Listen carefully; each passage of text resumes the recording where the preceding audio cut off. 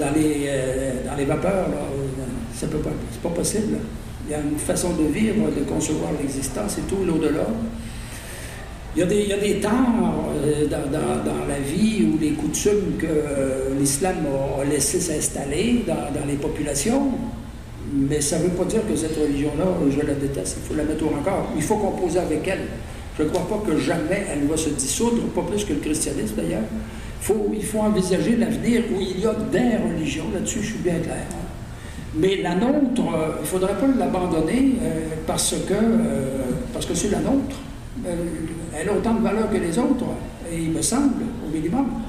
Puis là, au Québec, on a balancé très rapidement, comme si ça ne valait plus rien. Comme si c'était évident que c'est dépassé, c'est prouvé, faux, etc. Ça ne va pas, ça. Il y a encore plus d'1 milliard de catholiques dans le monde, et puis ça grossit. Hein? Puis le nombre de prêtres et d'évêques augmente.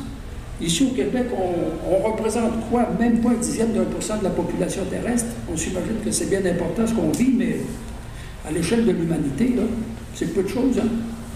C'est beaucoup de choses. Monsieur Lavertu. Je ne sais pas si M. Gagnon avait levé la main. J'ai vu bouger. Ah, vous, madame. Oui. Vous, c'est la première, c'est vous qui avez priorité. D'abord, avant de recommencer. Une toute petite question au sujet de mourir dans la dignité. OK. Moi, je me pose la question, est-ce que c'est important pour l'être humain de sentir la fin de sa vie, d'avoir connaissance de la fin de sa vie? Quand la famille, l'équipe médicale décide que aujourd'hui, on va mettre cette malade-là sous morphine, là, elle n'a pas connaissance, elle s'en va comme ça, comme un petit poulet, puis elle n'a pas connaissance de la fin de sa vie. Est-ce que c'est important de connaître? D'avoir connaissance, de rester conscient, lucide, sans anesthésique ou... Je ne sais pas, vraiment. On ne peut pas demander aux autres de réagir là-dessus comme personnellement on va réagir. Je crois que ça nous concerne dans le plus intime, là. Ma naissance ne m'a pas concerné du tout, là, mais ma mort me concerne. Je la vois venir depuis que j'ai l'âge de raison.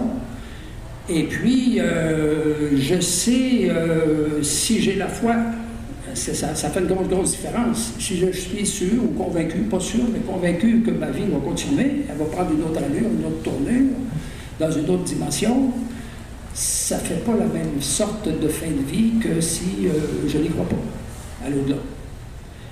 Et ensuite, ben, si j'y crois, là, j'ai le souvenir de ma vie entière en moi. J'ai mon vécu, j'ai ma mémoire qui me dit les belles choses que j'ai faites, mais les sales choses que j'ai faites aussi. Et si par hasard, mon destin dans l'au-delà dépend un peu de la qualité de ma conscience morale, je peux peut-être espérer qu'en souffrant vaillamment, j'efface un peu de ce négatif qu'il peut y avoir à mon bilan. Dans le grand cahier de Saint-Pierre, peut-être des lignes qui sont effacées selon le type de mort que j'aurais accepté volontairement. Mais ça, c'est tout à fait personnel. Et puis, ça ne peut pas s'imposer aux autres. C'est pour ça que je crois qu'on ne pourra pas empêcher les lois d'aller dans le sens où elles s'en vont.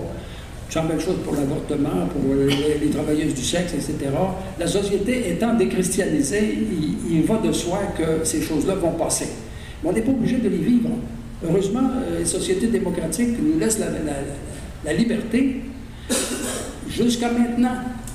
En tout cas, dans celles qu'on connaît, là, les quelques grandes de l'Occident, parce qu'il n'est pas sûr que les démocraties seront toujours aussi généreuses. À mesure que nous allons avancer dans ce qui apparaît comme la crise climatique là, et les difficultés puis économiques et tout, probablement que les gouvernements vont prendre plus de force et de poigne et ils vont nous en obliger. Par exemple, à mourir rapidement. Si on traîne depuis un mois puis qu'on est sur la fin de la vie, pourquoi pas? Hein? Ça peut être une loi du gouvernement. Comme j'ai mentionné dans mon petit article de la revue, ça va être une loi qu'on ne laisse pas un enfant trisomique qu'on voit venir vivre. On l'élimine. Il y a des pays pour lesquels c'est le cas. C'est une question d'économie. Oui, c'est une question d'économie qui se pose. Denis, tu avais demandé un autre tour de parole. Ah, ça va. Robert a abordé l'aspect que je voulais souligner, c'est au sujet de la compassion. La compassion, oui. c'est quand même une des composantes Oui, oui, s'il m'avait laissé le droit de parole, j'aurais dit, il ne faut pas faire attention à la dignité, puis surtout la compassion, qui n'est pas identique à la charité, par exemple. Il faut faire une distinction, là. Ça n'a pas été inventé par les chrétiens, puis c'était là chez les médecins, tout ça, avant, c'est sûr. Mais ce n'était pas une valeur grande et générale, parce qu'on se serait scandalisé des esclaves, on se serait scandalisé des femmes, et toutes sortes de choses, si on l'avait eu un peu plus. Puis on n'aurait pas laissé mourir les enfants, bon, il y a beaucoup. Ça avait été plus développé, comme ça l'a été à l'intérieur de la civilisation chrétienne de l'Occident. On l'a développé vraiment, parce qu'on avait une raison de le faire. Après la dernière, ça va être Mme Monique la dernière, après on va terminer. M. Lavertu, M. Duchesne, puis André aussi. Christian. Il est 9h moins quart, hein? On peut peut-être aller un peu plus loin. Oui, 5-10 minutes. Ça en fait gros, là. 5-10 minutes, mais pas parce plus. Mais de toute façon, Christian va passer avant tout le monde parce qu'ils ont tous parlé. Tous parlé une fois, donc pas toi encore. C'est toi. Ah, là, tu vas être la beauté avant. Ça, je rigole. Les dernières interventions m'ont fait penser... Tu devrais parler plus fort parce que pas sûr qu'on comprenne. Là, fort. Debout, c'est mieux. Debout. OK. Oui. Peuple de Rome. Oui. Bon. Ma question concerne... s'inspire des dernières interventions. Je me suis demandé le prix de la dignité. Parce que quand on gère un hôpital, qu'on a des décisions à prendre, qu'on prend tel appareil plutôt que tel autre, ça a des incidences sur les patients. C'est ça. Fait qu'il y a des choix qui doivent se faire. Exact. Donc, on doit passer le traitement de certaines maladies avant certaines autres.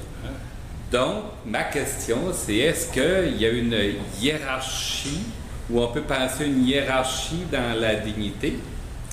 Ce serait à partir de quels critères? Puis qui déciderait de ça? Oh, question philosophique. Difficile à l'extrême.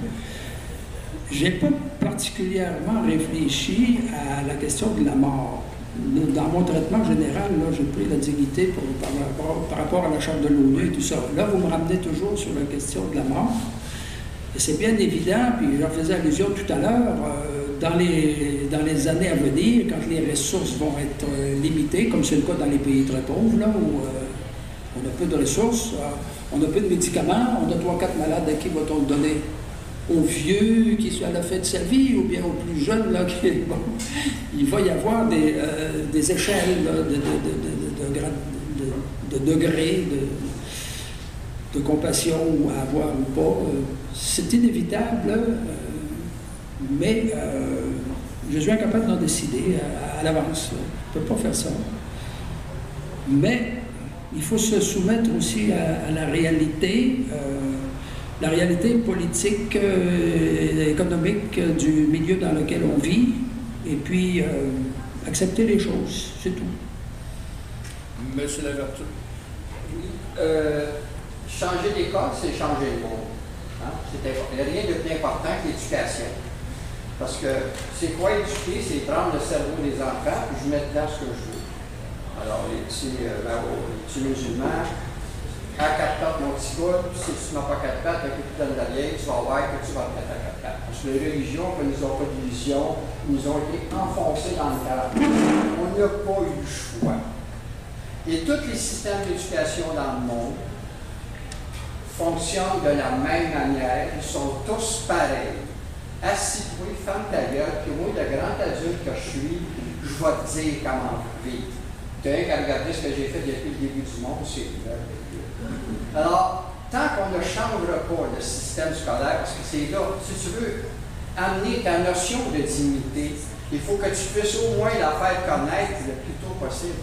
Mais actuellement, les systèmes scolaires sont calqués sur le système militaro-économique.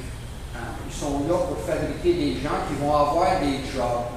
Comme le disait une escapée des camps de concentration, j'ai vu des médecins tuer des femmes enceintes, des infirmières tuer des bébés, des ingénieurs construire des faux crématoires.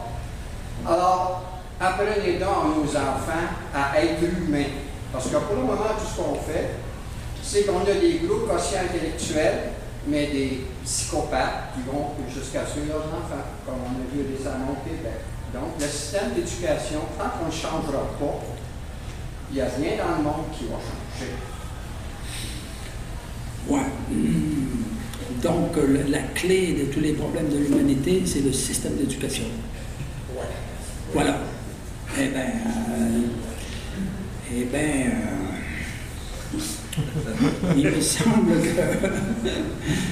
il me semble que c'est un peu gros et c'est un peu facile. Théoriquement, tu as raison.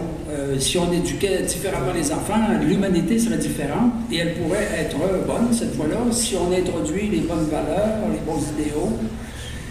Mais ceux qui font l'éducation, ils ne peuvent pas la faire selon un autre mode que celui qu'ils connaissent. Et celui qu'ils connaissent, c'est celui de la société dans laquelle ils ont été eux-mêmes éduqués. Ça ne peut se faire que lentement, la transformation de l'école. Par la transformation des mœurs et de la société elle-même. Et on ne peut pas aller plus vite à ce sujet-là que à qui faut-il confier donc les programmes et puis l'enseignement et tout ça. Il faudrait introduire du personnel tout à fait nouveau, venant d'où? D'ailleurs? Non, il y a une solution. Dites-nous-la. C'est parce que j'ai une solution, mais je ne peux pas l'expliquer là. Ah, ça serait Si vous allez faire voir un de ces quatre. Ça sera l'objet d'une conférence. Bon, ben alors, Vous pouvez toujours faire une proposition. Pour l'hiver, il ne reste pas beaucoup de place. Peut-être bien. Peut-être quelques places. Mais vous pouvez toujours écrire au cercle, vous dites, bon, j'ai un sujet, puis à 4, on est J'ai fait la demande l'année passée. Oui, il va déjà envoyer J'ai donné une documentation là-dessus. des textes sur OK, bien, on c'est en ça. reparlera. OK, d'accord. On en reparlera. Merci, M. Duchesne. D'accord. Je vais être bref, Clément. Oui. Yvon, deux petites nuances pour madame, pour votre intervention. Ce qu'on appelle la sédation terminale. Oui. Il ne faut pas oublier non plus, parce que vous parliez d'être conscient jusqu'à la fin et tout ça, il ne faut pas oublier non plus qu'il y a la volonté du malade qui peut avoir été exprimée aux proches et aux médecins aussi, et dont on va tenir compte dans un sens ou l'autre. Et il faut se rappeler aussi que la sédation terminale ne vise pas à enlever l'état de conscience de la personne, mais à diminuer sa perception de la douleur. Et parfois, les deux, même je dirais souvent, les deux sont conciliables. On peut à la fois diminuer drastiquement la douleur sans enlever totalement l'état de conscience. Et il faut se rappeler ça aussi. C'était deux petits nuages que je voulais apporter. Puis l'autre monsieur, dont je ne connais pas le nom, Christian. qui parlait tantôt des niveaux hiérarchiques. Ça me rappelle deux faits dont je n'ai pas la référence précise ici maintenant. Mais deux pays européens, il y a l'Angleterre, dont je suis certain, et peut-être les Pays-Bas. Chacun de ces pays-là a pris une décision drastique qui, moi, me donne froid dans le dos.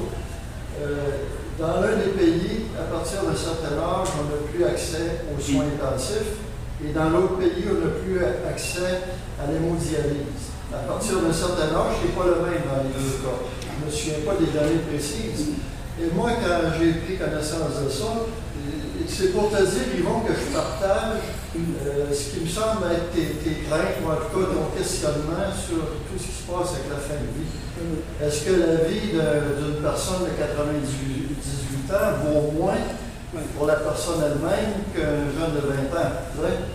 Est-ce que l'assassinat d'un vieillard est moins grave que l'assassinat d'une jeune personne, et ainsi de suite? Et ça, moi, ça m'a évoqué ça, l'intervention du monsieur. Ah, oui. Ben, il reste deux interventions. M. André, on n'en prendra pas d'autres. Et puis ensuite, M. Gagnon. Ça va être le dernier, M. Gagnon. André, puis M. Gagnon. Ça va être terminé. Vous pouvez en revenir à la notion de dignité. Plus fort, parce qu'on t'entend pas. OK. Je vais en revenir à la notion de dignité. Moi, je considère que si on donne trop d'éléments de définition, on peut perdre la racine. Lorsqu'on s'évase dans beaucoup de significations, beaucoup de critères. Si on perd le point de référence essentiel à un mot, on perd la signification complète. À ce stade, à la lumière de tout ce qu'on a entendu présentement, est-ce qu'on a une bonne définition de ce qu'est la dignité?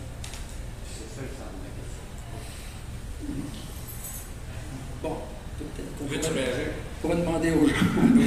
Pensez-vous que j'ai amélioré quelque peu votre connaissance de la dignité? Sinon, j'ai perdu mon temps, et vous aussi d'ailleurs.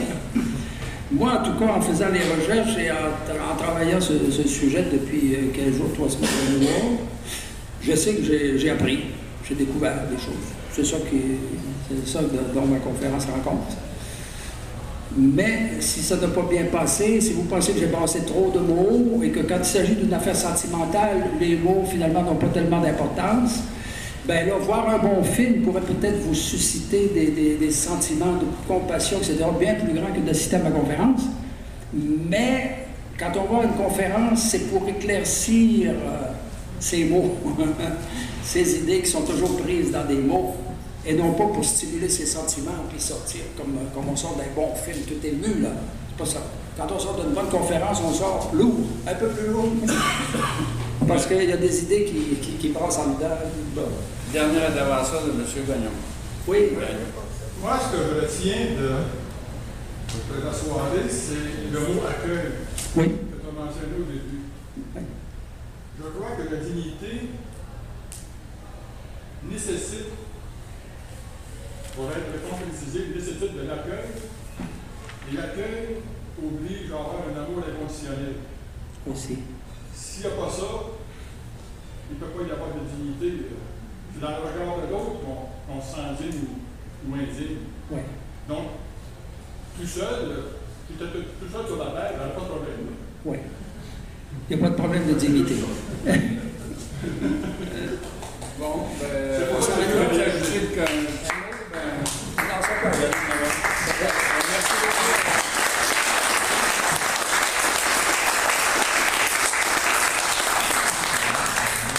Le 17, je vous présenterai une réflexion sur l'acte de peindre. L'acte de peindre ou la création artistique. La prochaine conférence. La prochaine, le 17 septembre, ici même. Essayez d'arriver un peu plus tôt, prenez votre consommation. Merci beaucoup pour votre participation. Ah ouais?